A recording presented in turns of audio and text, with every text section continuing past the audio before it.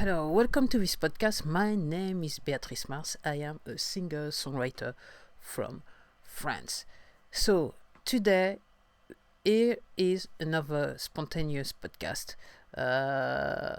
You better get used to it. I don't know how long it's gonna last for, but right now I'm on a roll. That's all I can say.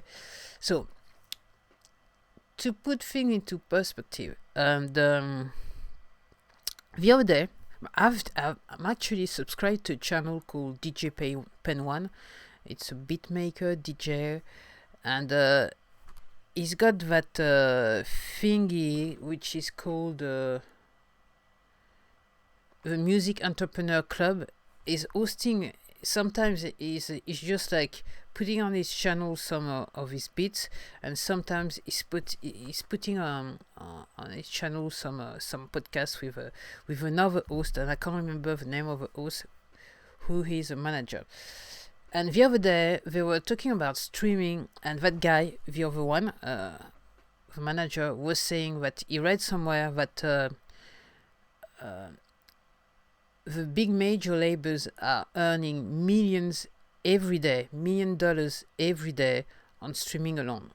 So, and then he said that on Spotify, my favorite platform. Well, if you subscribe to me, you know what I'm saying. You know what I mean by that. And he was saying that on Spotify, 90% of tracks that are uploaded to Spotify do not get any listeners. And I thought, what?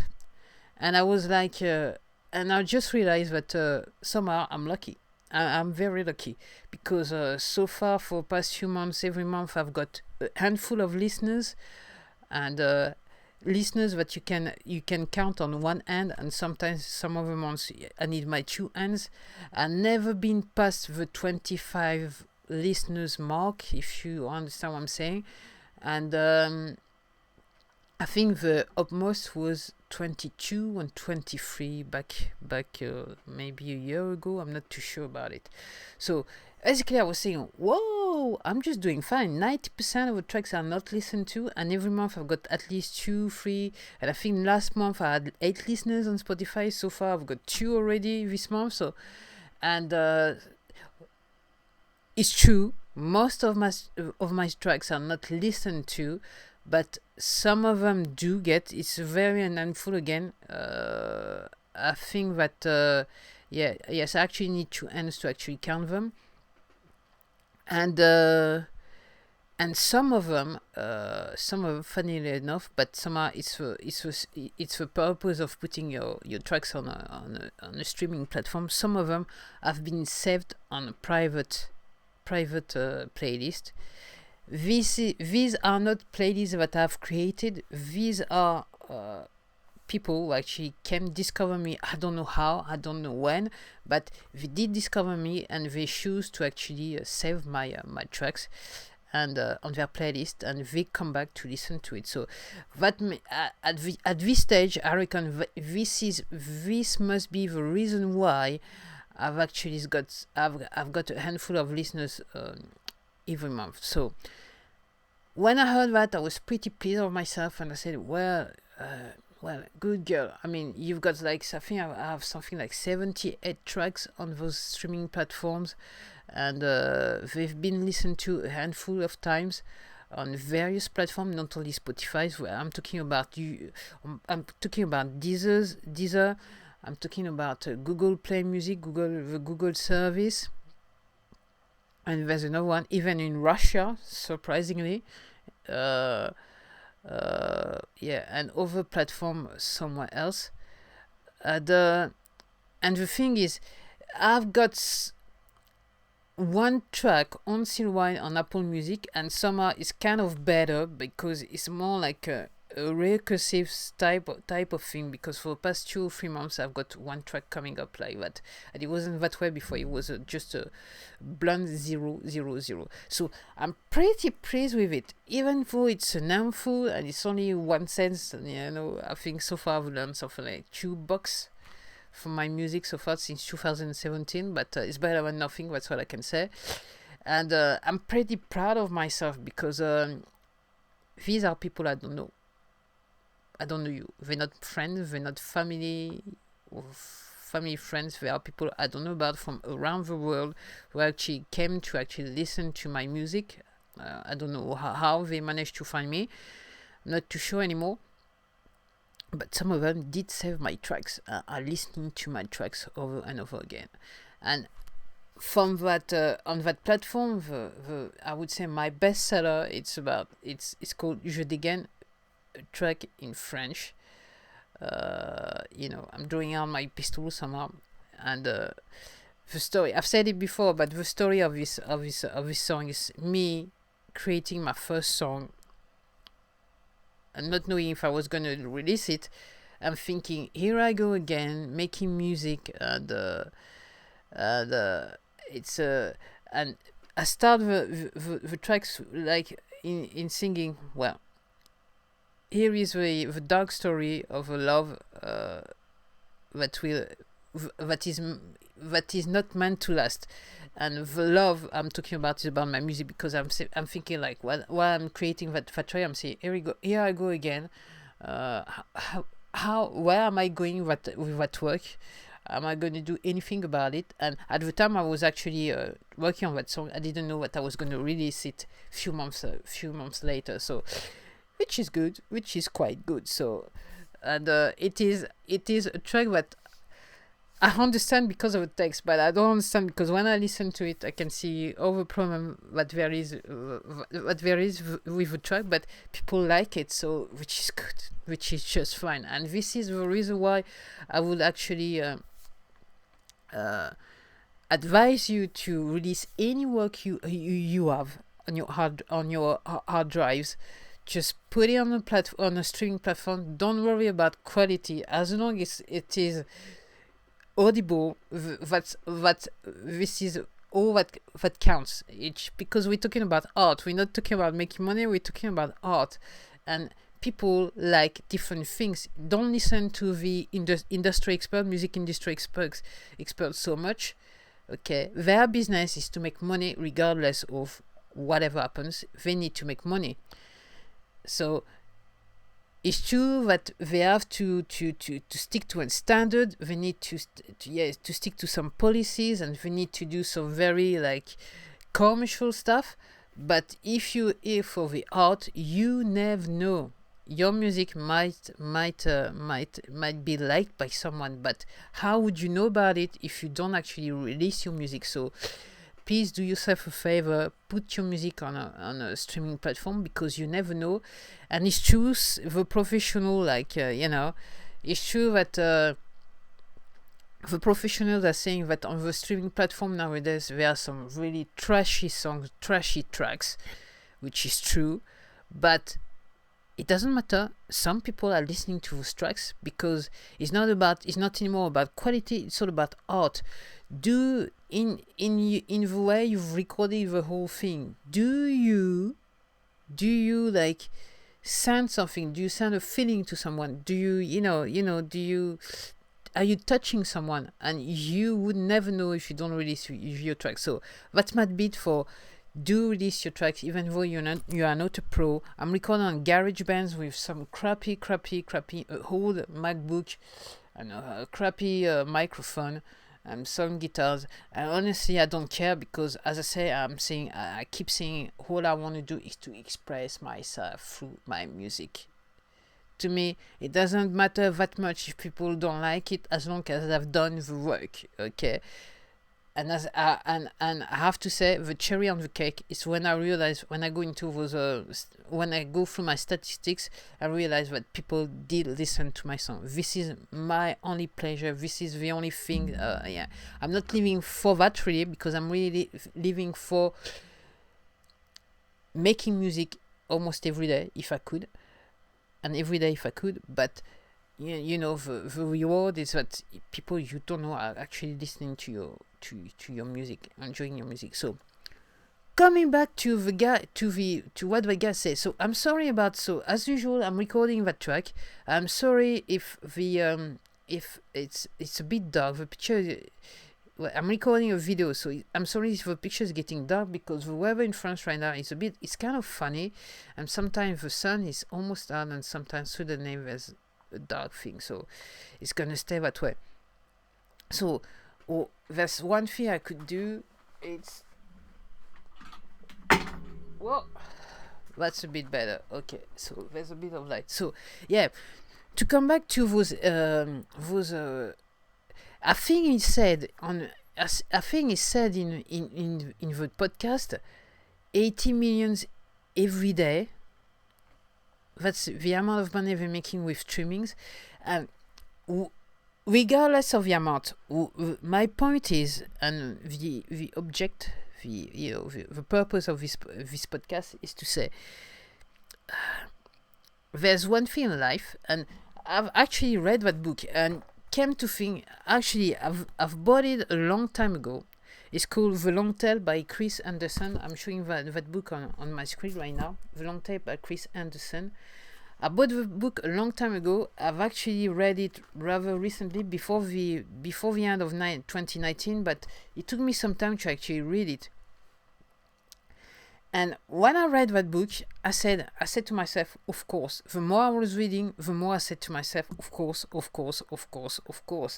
And that's the reason why I was saying, well, actually, you are right to do what you're doing and the way you're doing it, because you may get you may get some rewards in the long term. And the long tail is saying, and it does explain the phenomenon of the big major labels making banks with the streaming platform. Even though, may I remind you, back in the early 90s, they were like squirming, crying, saying that, well, the digital thingy, you losing money, it's piracy and everything. And if they had done the work at the time, they would have been better off earlier on. So basically, the digital phenomenon just catch up with them, and now they realize that they should have done it earlier on, and they're making money, real money, and I'm dead sure they're making more money than before with that digital thingy. So the long tail. What is the long tail? What was he saying? What I was thinking, whoa, yeah, that's right. And the long tail explains what's happening with that those major labels. The theory behind the long tail is saying that you're gonna do something just in the now, and you're gonna sow, planting things right now, and then you're gonna be able to actually ripe the fruit of your hard work today in the future. That's the thing behind it. And what I think it is with those major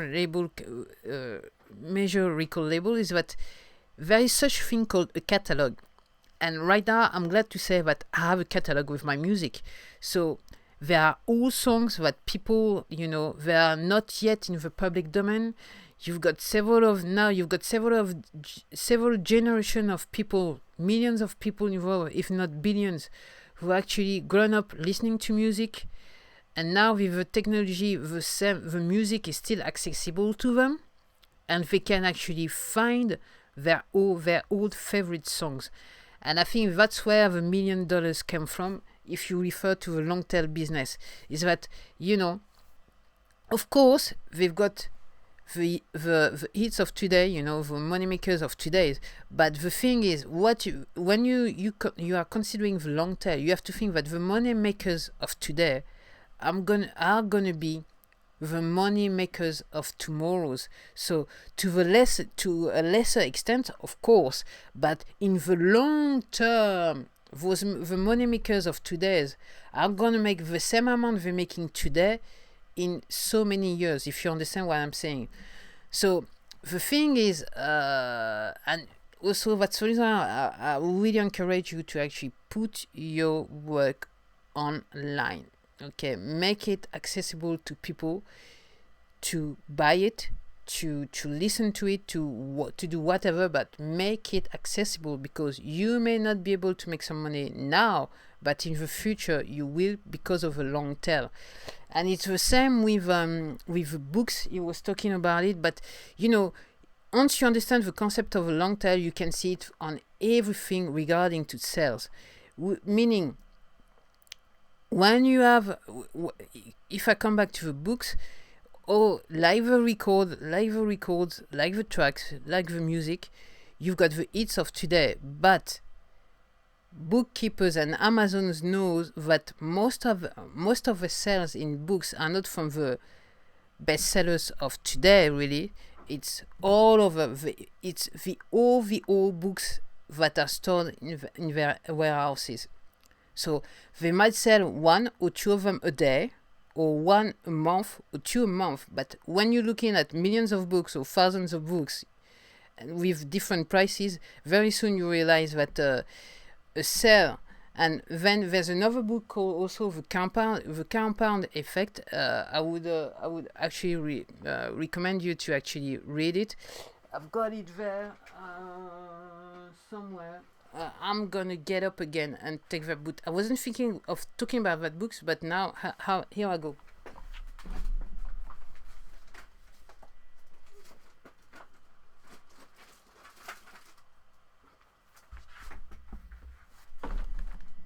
Ooh. So this is the compound effect by Darren Harry. I will recommend it. This with a long tail, it will explain to you what life is all about, especially in terms of business. So, and the compound effect is saying that if you do something a little bit every day or every month or every whatsoever, in the long term, you're going to get like plenty. Basically, if you learn to do something every day a little bit, after a while you're going to be a pro or a semi-pro, if you understand what I'm saying.